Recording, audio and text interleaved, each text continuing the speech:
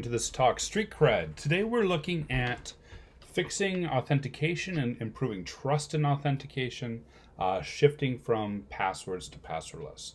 My name is Wolfgang Goerlich. I'm out of Michigan. I'm an advisory CISO. I've worked in healthcare. I worked in financial services, and today I am with Cisco Secure, focusing predominantly on Duo. I want to take you back, right? Back a long ways, long ways, back to the beginning, arguably, of computer security, certainly the beginning of the term hacker, back to MIT in the 1960s. So, MIT, the 1960s, the password gets invented. It gets invented on this piece of equipment here, the 7094. So the IBM 7094, great machine. MIT is like, look, we need to secure this. We need to make sure that we're protecting our data. Or we need to make sure that we're doing time sharing right and allocating resources to students. Therefore, we shall create the password. Not surprisingly, this was also the machine where the first password breach happened. So right off the bat, we were in for trouble. But one of the things I want to point out is, from the beginning of security, we effectively had two paths, two tactics. We could make it more difficult on the machine. Think about hashing, think about password storage, think about various encryption mechanisms, think about behavior analytics. We could make it harder on the machine, or we can make it harder on the person. And for the longest time, that's what we've done. It's been this dichotomy. Do we have a stronger algorithm, or do we require users to have a longer password? Do we have more complex key length, or do we require users to have password complexity? Do we salt and pepper, or do we rotate passwords? You get the idea. And arguably, we've done both of these, but the pressures of the latter, the pressures on the human, have oftentimes led folks to make their own path. And as we know, the workforce that we're trying to protect and the criminals, they follow two paths through our organization. The first path, the desired path, where the criminal or the workforce is going, is arguably made more complex by more complex passwords. The more we add constraints to the user, the more likely the user is to ignore security, not participate, or of course carve their own path, which leads to all sorts of problems. And at the flip side, the adversaries, as they move through our network, are using whatever we make, right? Whatever piece of software we put in place, whatever control we put in place, that's going to be used or misused or abused by the adversaries to get what they want. And this is the way it is with passwords, fundamentally the way it is with passwords for the longest time. I mean, in thinking back, maybe not to the 60s, but how about the 80s? In the 1980s, when BSD was being created, recently they found some of the original BSD systems and they cracked some of the passwords. And two that struck me as being particularly clever, but probably particularly guessable, was Ken Thompson. Ken Thompson used a chess move. All right. I mean, machine hacking, that would be difficult to guess. A little bit easier to guess would be Eric Schmidt's use of his wife's name at the time, Wendy. That's adorable. But this is what people do, right? We make meaning out of things, and in making that meaning, we subvert the security. And whenever we put too much on the users, we all know that puts us in a bad spot. So I want to look today at how we can use more of the machines. I want to look today at authentication factors and where they're evolving to. I want to talk about where we're going beyond passwords and some of the use cases. And I also want to look at the security we can wrap around this that goes beyond traditional authentication. So let's start with passwords and multi-factor. Well, we know what the problem is with shared secrets. So that simple shared string that goes all the way back to the 60s, well, it can be stolen. It can be offline cracked. People can do credential stuffing attacks on it. It's long been said, and I'm not the first to say it, that today's adversaries don't break in. They log in. You get a password from a password dump, and away you go. So, to combat this, of course, along came multi-factor authentication. We're going to go ahead and add a password plus something we have or something we are. Now, one of the interesting aspects of controls, and we see this play out again and again and again, is the minute a security control becomes widely used and widely adopted, the minute that happens, what's next? Well, what's next is the adversaries work around it. They break through it, right? All controls make for better criminals.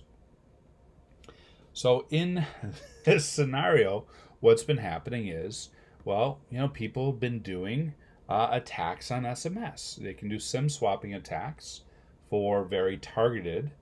We saw this most notably recently within the past couple of years with an attack against someone's cryptocurrency wallet that cost them millions of dollars. They can use SS7 attacks. So if you can get the cell tower and you can do something on that level, we've got a concern. One security conference I was at, all of a sudden, all our phones' time zones shifted, and every phone thought we were in Shanghai, and it was effectively, I don't know if it was an SS7 attack, but it was definitely a cell tower attack that had shifted us all onto this rogue cell tower, and now, of course, was messing with our GPS and reading our texts and everything else. Great fun if you're at a security conference, not so great if you're concerned about protecting your organizations. On mobile passcodes, we've had duplicate code generation and other attacks there.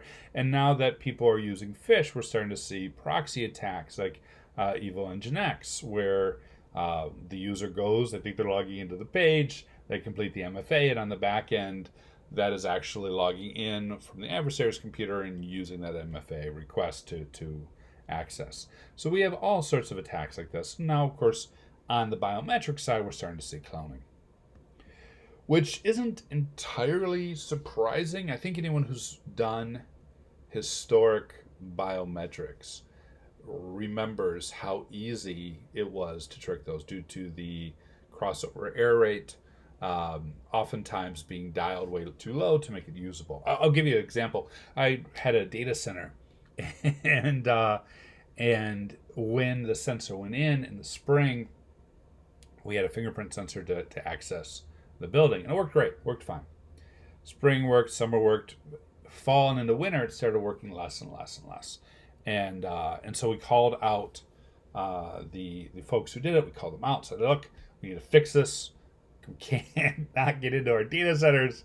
Please address this problem. And they did, and suddenly we could all log in, no problem, except for the fact that we could all log in any way, shape, or form. And there's this old tactic you could use with a gummy bear to simulate a fingerprint. And so for a period of time, I was logging into my data center and holding it up to the camera until I made my point abundantly clear that maybe we should have a better mechanism than lowering the crossover error rate so we could log in with gummy bears. Right? There's a lot of historic problems with these sensors. Now, sensors have gotten significantly better, and anti-fraud techniques have been developed and everything else.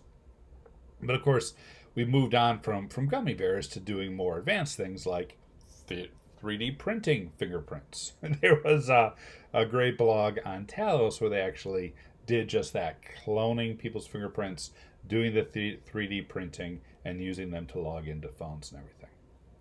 So is this a concern? And I don't even have a slide on this, but if you look at it, look up the news, there's also a recent attack on Windows Hello that came out about 6 months ago, maybe a little bit more, where they were able to, clone and brute force faces. So on the one hand, is this biometric attacks possible? Yeah, sure, absolutely. But is it likely? Probably not yet. Much like we saw with MultiFactor, adversaries weren't cloning, they weren't SIM swapping, they weren't doing any of that sort of stuff on MFA until most people were using MFA. Much the same way, I don't think we're going to see any widespread attacks against biometrics until everyone is using it. And one of the nice things about the biometric factors today is that if someone steals my password, I can't just have a smarter keyboard that detects how the password's typed in. But if someone is brute forcing my face, there's better improvements that can be made in the hardware and the camera and the liveliness and anti-fraud. Also, if you're using Windows 11, please check your cameras and make sure that you've enabled the anti-fraud features. In the touch sensors, if someone starts widely going after and spoofing the touch sensors, we can do liveliness attacks and change the biometrics there. So I feel good about this because it puts a lot of pressure on the machine, and because we've got a lot of avenues where we can increase the efficacy of the machine detection. So that's where we are with the factor side of things. Now, when we start thinking about passwordless, it's really taking this weakest factor and removing it. There's more to it, and I'm going to talk a little bit later on in this talk about how I think the term passwordless kind of pigeonholes us. But just for right now, let's look at getting rid of the password. Long overdue. I've heard that studies show that a typical person in the workforce has 191 passwords. We used to say, "Oh yeah, I've got sticky notes all over that I'm concerned about. I'm one blown sticky note away from a breach." Which I love that. I love the idea that my entire security is dependent on one blown sticky note. Sounds good, right? It sounds very much like a spaghetti western, I think. But the reality is, at least since I've been doing consulting circa 2005 or 15 to 19, no one's really doing sticky notes anymore. Why? Because you have to have a whole wall of sticky notes, especially if you're doing unique passwords, right? If you're doing 191 unique passwords, there's no way that's going to be remembered. So what people do is they share passwords or create a very simple pattern that they can remember.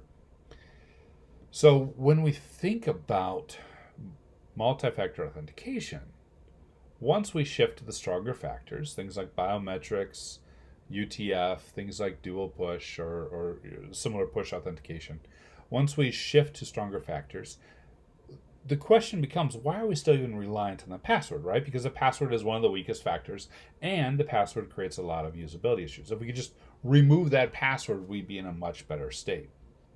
So I think in a very real way, passwordless authentication is simply using one of these stronger factors. Hopefully reliant on the very strong factors, knowing that we've got those additional weaknesses. Also, hopefully, if you think about all the compliance regulations, if you think about the history of standards, bodies like NIST and whatnot, compliance regulations like PCI and whatnot, many places it says today, thou shalt do multi-factor. So not only that do we need to be reliant on the stronger factors, we also need to make sure that we're using a couple different factors to still be in compliance, right? To reduce the risk and still meet our regulatory obligations. So passwordless authentication, as we move forward, think about it in this term, and I'll get to the underlying protocols in just a minute. From a PKI perspective, right, we can think about this as certificates, smart cards, and whatnot. Logging with the smart card to your endpoint device to get in. Now, this is fantastic if you already have smart cards deployed. This is very useful in like healthcare environments. You'll see it quite frequently to get into systems where speed's an issue.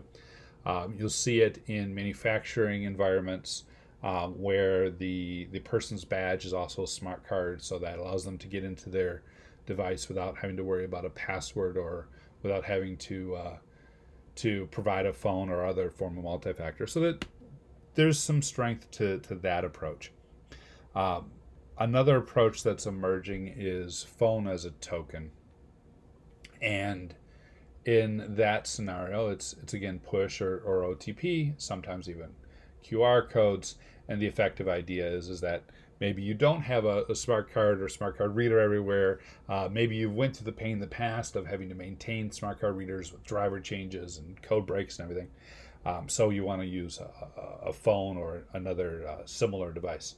This is really good for American workforces, for white-collar workforces, for non-union workforces. In some areas, you may get pushback. People don't want to use their phone for corporate use and so on. Now, the emerging standards around passwordless are the FIDO2 standards. So FIDO2 or FIDO as an organization is the same organization that brought you UTF, right? The Universal Second Factor. And what FIDO2 is a protocol for exchanging with targets, so websites and whatnot, using a protocol called WebAuthn, which does your authentication to your web apps. And then on the device endpoint, having a protocol that allows you to go ahead and check your factors. That protocol is called CTAP. So this would work really well with roaming authenticators like UTF. This would work really well with your biometrics side if you want to unload key material, those sort of things. And I suspect a lot of the industry is going to move in a FIDO2 direction. That seems to be the trend we're seeing right now.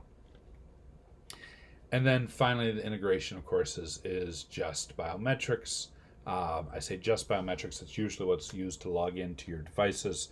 So, we all use Face ID. We all use Touch ID. We all know how that works. Windows Hello, similarly, gets you a new device. One of the things I want to point out about this that is a improvement over my data center, fingerprint ID back in the day is that, yes, we have better sensors. Yes, we have better hardware. However, in addition to that, we also have the added advantage that the biometric is on the device itself. What that means is that we're not collecting biometrics, we're not storing biometrics. That is really good from a security team perspective because we don't have toxic data concerns. There are certain states, like Illinois comes to mind, that have rules and regs around storing and using biometrics. So we don't have to worry about any of that. It also is very useful from the perspective of privacy, because if people are concerned about, hey, wait a minute, I don't want to give you my biometric, I don't want to give you my fingerprint. Well, you're not, right? It's on your device, on your phone, and your control. All we're doing is using that to get into the endpoint device, and we're using the endpoint device to go ahead and pass the key material. So as things move forward, we're going to see a lot of different ways to do this. Windows Hello is using FIDO to get into web apps. It's using certificate-based authentication to get traditional AD apps. And that is using the TPM to unlock and exchange key material. So we've got some really interesting ways to go ahead and provide passwordless by reducing the factors and moving on to some of these things. Now, there's a whole bunch of different things we got to be concerned about. One of them is what happens if you have multi-factors of authentication, what happens during the recovery process. We need to remember that when we extend trust, that trust can only be measured as the weakest possible factor to authenticate, or the weakest possible factor to do account recovery. So if someone loses their key and calls the help desk, and the help desk resets their account, gives them a password, well, now what we're really saying is our security is only as secure as a telephone call and a password, right? If account recovery is on a trust chain to our email, and when you lose your account and you can't log in, you reset it with your email, what we're really saying is, hey, we have some fantastic factors for normal use, but our security is only as strong as the person's email. So we do need to be very concerned about those downshifting effects when we plan on our security for this. The other thing to keep in mind is, I mentioned 191 passwords. Other surveys and data show that from an application perspective, a typical enterprise has over 1,400. So we've got a ton of applications. We've got a very large attack surface. So one attack across the primary application that's covered with passwordless is going to be downshifting or doing account recovery. Another attack across an organization is going to be, you've got those applications covered? Awesome. We're going to go after any unprotected services. We're going to go after any legacy protocols. We saw this quite frequently used legacy protocol attacks quite frequently used in attacks against Azure, where you could still bind to legacy protocols, POP, IMAP, and whatnot, and in doing so, bypass MFA altogether, verify that you have the right password, do credential stuffing attack, gain access to certain things at certain times. Microsoft's been doing a really good job at hardening this, and of course many organizations are aware of it and have turned off legacy protocols altogether. But I think that sets a pattern and a standard for what we can expect going forward. Where our adversary is going to attack over 1,400 applications, they're going to attack the apps you don't know about, the apps that are legacy, the apps that are not protected.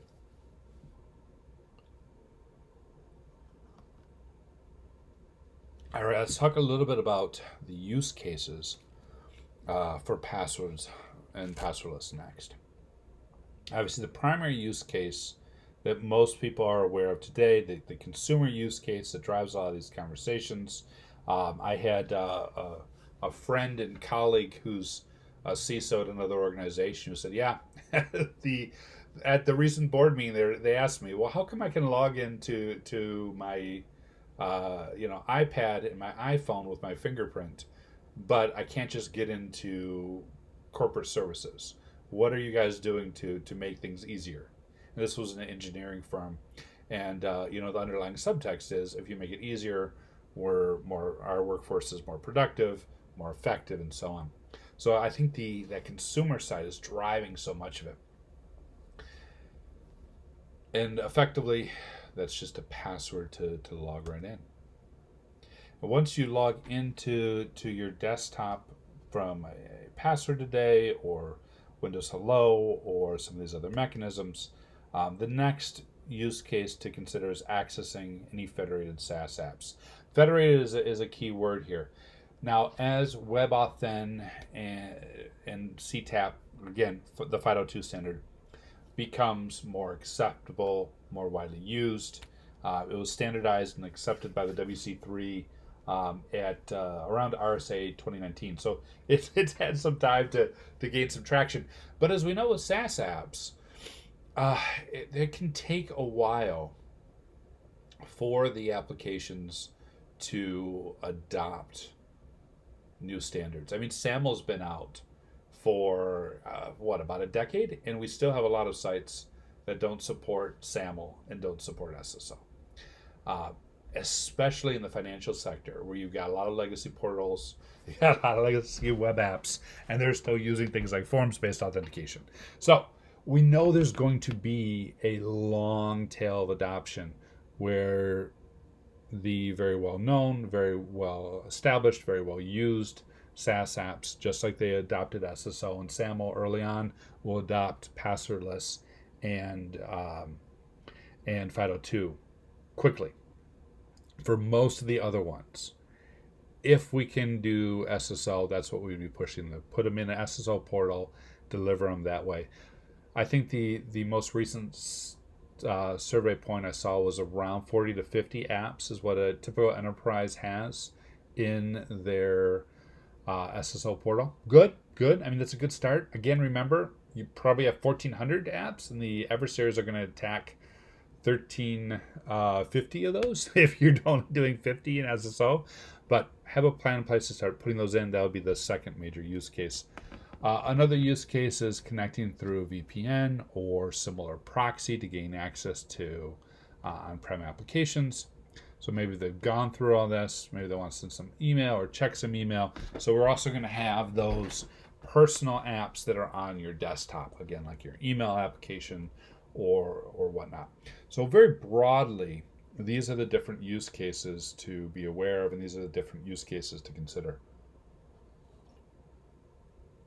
And at the moment, one of the challenges in the passwordless space is there are ways to solve each one of these, but they're oftentimes not the same way, which leads to disparate IDs, disparate authentication points, disparate policies to put in place. It leads to a lot of mismatch. So in addition to looking at this from a use case perspective, you want to look at opportunities for consolidation and plan for that.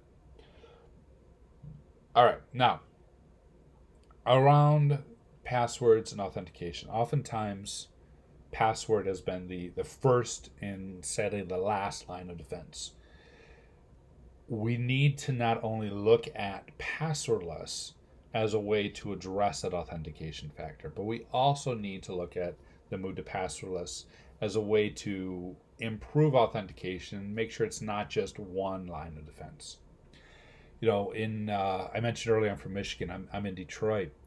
And what was high tech in Detroit? 100 years ago, what was high tech in Detroit? It was the horseless carriage, of course, right? It's a carriage without a horse.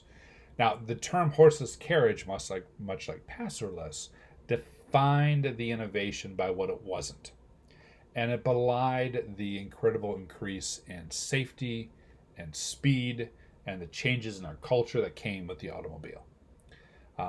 And of course, we're making that same mistake if you think about it today with driverless cars. What is a driverless car? It's a car without a driver, just like a horseless carriage was a carriage without a horse. We need to be very, very careful with passwordless authentication, that we don't just pigeonhole it into, it's authentication without a password. We need to improve the overall machine side of authentication in order to not only strengthen the security properties, get the most out of the shift, but also be prepared for whenever there are biometrics attacks and what have you. So how do we do this? Well, step one, of course, is with good old rules, correlation, and policy. One of the main ways to do that is with device identity. So this could be certificate-based, or it could be agent-based. It can be managed by your MDM. Or it could be as simple as a cookie if we start thinking about like the customer side of this. But from a workforce perspective, I can have a significantly higher degree of confidence that you are who you say you are if you're on the device that I provided you, right? Or if you're on a device, even if it's a personal device, a device you use all the time. Adversaries are going to be coming in from different devices that do not have this check, do not have the certs, do not have the ability to authenticate their device. So one of the early ways that we can build policy around passwordless is to restrict it to the devices that we have under control. We can also look at some additional aspects of that device. So adversaries are not breaking in, they're logging in, but once they can no longer log in, they're going to start breaking in more. And how do you break in? Well, you break in with unpatched software. So we want to make sure that these devices are patched. We want to make sure that they've got good hygiene on them, that they've got a password, they're encrypted, all this sort of stuff. They're running anti-malware agents. That's important. Anything that you can check at a policy level to make sure that this device is up to snuff. And finally, state. Jailbroken is the easy one. Jailbroken is the one that most organizations adopt really quickly. You shouldn't jailbreak your phones. That's a problem, right? That introduces all sorts of security weaknesses. And with a jailbroken phone, it's incredibly easy to run malware or anything else. Additionally, on desktops and whatnot, where you do have anti-malware, you shouldn't be infected. You shouldn't have malware on your box and then connect. Now, that's assuming the anti-malware tools can catch the malware on the box. We have some assumptions there, but it will be interesting to see. Here's a little bit of prediction for you. Much the same way, ransomware, right? In the beginning, ransomware is a consumer-driven thing. Ransomware attacked a consumer or someone at home, and people paid it, and it was no big deal. And then it evolved into being an organizational problem, right? As being an attack that's carried out on major organizations. Today, phone fraud, screen sharing, those sort of things, warranty fraud, where someone calls up and says, hey, hello, I'm from Microsoft, your computer has a problem, let me log in and fix it. Those things are consumer problems, right? They target the vulnerable, and they're carried out in a way that is usually leading to getting bank account information and whatnot. Not a good thing. However, you can see a clear path and parallel between that and ransomware, right? As it becomes ever more difficult to log in using someone's credentials, there's going to be, I believe, an improvement, a maturation, and a weaponization of that tactic today used for home users to take over the screen, tomorrow used against our workforce to go ahead and wait for them to log in and then go and ride in that trusted path. So we want to make sure that these computers are not affected and are free from malware. All right. Once we've got those rules and correlation, right, the things that we can codify and get out of the way, then we can start looking at more advanced ways to increase trust and authentication. So if you look at ML, one of the easiest ways that we're all familiar with it is, and I did this many times putting together this deck, is you go on Google and you throw in what you want to look for. Maybe it's cake, and Google returns you a whole bunch of pictures of cake. Awesome, good, great. Now, what's interesting about this is a couple things. One, that training set required some well-defined results, right? We have a very clear combination of this action and this result. And the training set required a lot of training data. So 1 million people are probably searching cake today, and every single time it's searched, it's refined and improved. And then finally, it requires results that work when they're good enough. So if you're getting all these pictures back for cake, maybe the cupcakes are not what you wanted, right? But it's very easy not to download or click on that, right? Okay, you've narrowed it down for me. I can take it from here. It's good enough. But if you look at the top right, that's not cake. That's sushi. Not even close to correct. We can easily ignore that and move on. However, these conditions, well-defined results, lots of training data, good enough where a human can make the last mile decision, are not necessarily the cases for insider attacks and for the type of attacks that can be stopped by AI/ML, right? They say a sufficiently successful attacker is indistinguishable from an insider. Well, what do we do with that? We got way too much data. It's not a well-defined result. We got high variability in what looks like normal. Not even to even think about what happens for abnormal. I had a lot of conversations when we did the shift from working remote to working at home. And I would say, hey, how did your AI/ML hold up, right? How did that UEBA project that took you 6 months or a year to tune hold up? Every person, to a person, said we turned it off. It created too many false positives. And it basically treated everything as an attack because everyone was suddenly not working the way they used to. They were working remote and working in different ways. And of course, the training data couldn't keep up with that. So we've got a lot of challenges in the data. And false positives are very inexpensive, right? It's very easy to ignore the sushi. But if the sushi creates a bunch of alerts, well, we're just adding to the alert fatigue that organizations already face. Recent study found that 2/3 of organizations see more than 10,000 alerts per day. We don't want to be adding to that with AI/ML, and that's one of the problems. That's the issue. And if you bump out one of the legitimate alerts, right, by adding to the noise, well, now we've just actually increased the organization's risk because the SOC is not going to see that. They're not going to investigate it. It's been bumped out and added to. In addition, you've got the very real risk of denial of service by security. A mistake in some of these pattern behaviors that leads directly to a policy decision to block a user, depending on what the user is doing, depending on what's going on, can of course be very expensive. So if you're familiar with the old pyramid of pain by David Bianco, very useful for building SOCs and tools and everything else.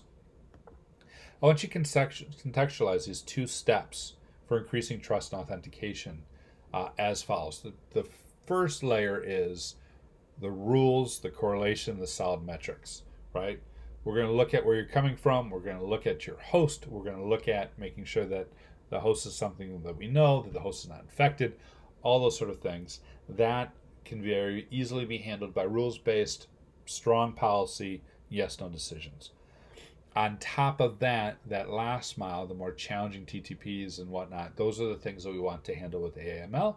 We want to handle those with a very tight data set, hopefully just looking at how people are authenticating and feed that information into the process to reduce risk. So all that's to say, a good algorithm in this world, in this regards, is an algorithm that is looking at that authentication and making decisions post policy to say, hey, where do they usually come from? What do they usually run? What time are they usually at?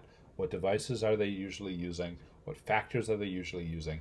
And builds on the fly very quickly a fingerprint of what that person looks like in a normal day-to-day basis, and then raises that risk whenever it's seen that it's outside of the rack. And when it's too far outside the norm, of course, then we can go ahead and actually do a blocking. We've got a really high degree of confidence that it is who they say they are. All that's to say, when we think about passwordless authentication, it has to be more than just removing the password. When we think about passwordless authentication, it has to be putting more onus on the machines. It has to be bringing in things like contextual authentication. It has to be like bringing in things like risk-based authentication. It has to be not only are we improving the life of the user and making their path easier and making it more straightforward, but at the same time we're increasing the complexity, the difficulty, and increasing the number of choices and decisions that the adversaries have to make in order to get in. If someone is able to get into my home and get at my phone and my computer and clone my biometrics and open up applications the same way I do and use applications the same way I do, at that point in time, well, maybe I'll just hire him as a contractor, right? I mean, at that point in time, that's an incredibly unlikely, incredibly costly attack. So we want to raise those factors, the risk-based authentication factors, by using strong policy and by using strong ML. All right, in conclusion of this attack, as I mentioned earlier, right, most security asks too much of the user and doesn't ask enough of the attacker. We know the user and the adversary are taking two different paths, and most of the time we put in front things that are on the user path without necessarily putting them in the path of the adversary. We increase the workload on the users without necessarily increasing the workload on the adversary. It's very important with passwordless that we make the users' lives much easier, while at the same time adding those risk-based factors and additional policy to make it much harder for criminals to get into our systems. And this is going to be a rinse and repeat process, right? There's going to need to be a series of use cases. I highlighted the main ones for you earlier. You want to deploy those use cases for usability and defensibility. You want to deploy those in sprints, checking it with your user community, get a good set of stakeholders, get a good set of voices who can give you real-time feedback to say, yes, this is great, we love it, or no, this doesn't really simplify my world. Think about the life cycle of onboarding and offboarding. Think about the life cycle of replacing devices, replacing factors, or losing devices and losing factors, as the case may be, and make sure it is truly usable. Do a series of pilots with a good team who can give you good feedback. On the defensibility side, this is where you want to engage your red team to test the solution out, to pen test it, to figure out how to get around it, to make sure that in changing factors and removing passwords that we've also increased the security and increased our ability to put in place good, smart policy. Also, in addition to this, when we start thinking about federated accounts and everything else, keep in mind what happens post-authentication. So have your red team also look at SAML assertions, OAuth and OIDC access tokens and identity tokens. Have them consider the whole life cycle of access including authentication, authorization, and use, and poke at it hard to make sure that there's been no mistakes in the implementation that could potentially reduce your overall security. A very broad path to passwordless would include establishing multi-factor and identifying use cases, making sure that you've got good coverage over those 1,400 apps, identifying any gaps in legacy protocols and whatnot.